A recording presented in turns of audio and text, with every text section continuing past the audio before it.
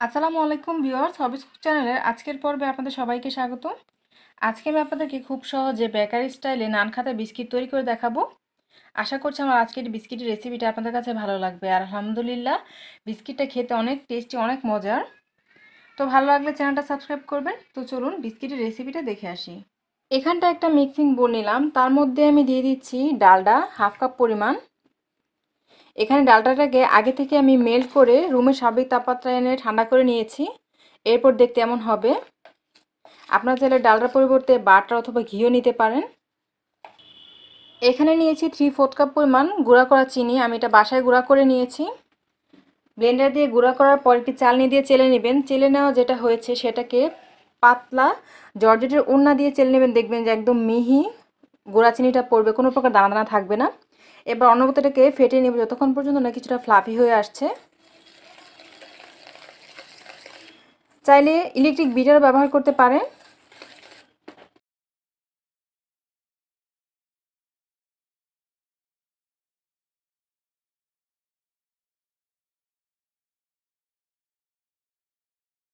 আমি অনবরত 5 মিনিটটাকে নিয়েছি, এর ফলে দেখতে পাচ্ছেন এটা একদম ফ্লাফি হয়ে গেছে।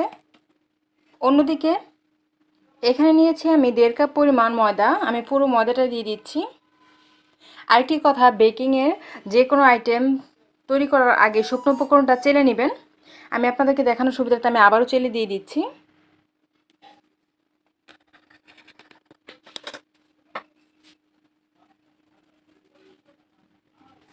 চেলে দিয়ে দিলাম।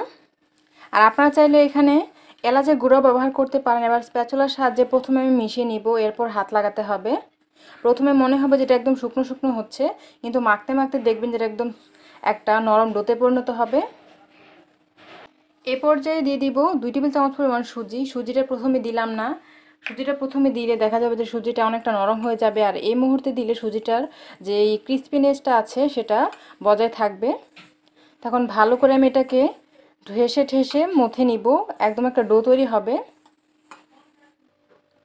আমি ভালো করে ময়ান করে নিয়েছি, দেখতে পাচ্ছেন একটা ডোর মতো হয়েছে।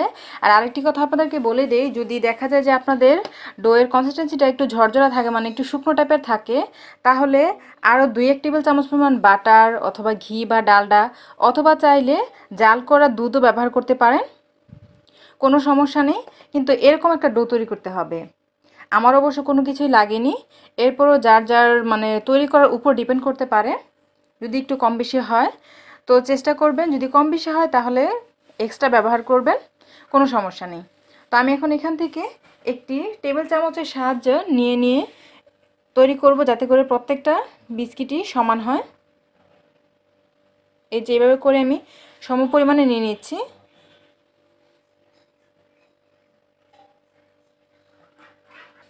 এই যে আমি কিছু পরিমাণ নিয়ে নিলাম। এবার অন্যদিকে একটা বেকিং ট্রে নিয়েছি, তার উপর একটি বাটার পেপার বিছিয়ে দিয়েছি। এবার বিস্কিটগুলো বানাবো।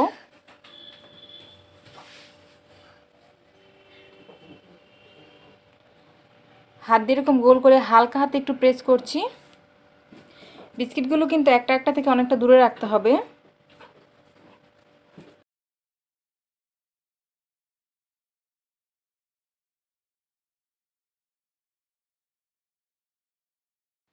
আমি যে বিস্কিটগুলো নিয়ে নিয়েছি, হাত দিয়ে একটু প্রেস করে এভাবে দিয়ে দিতে পারেন।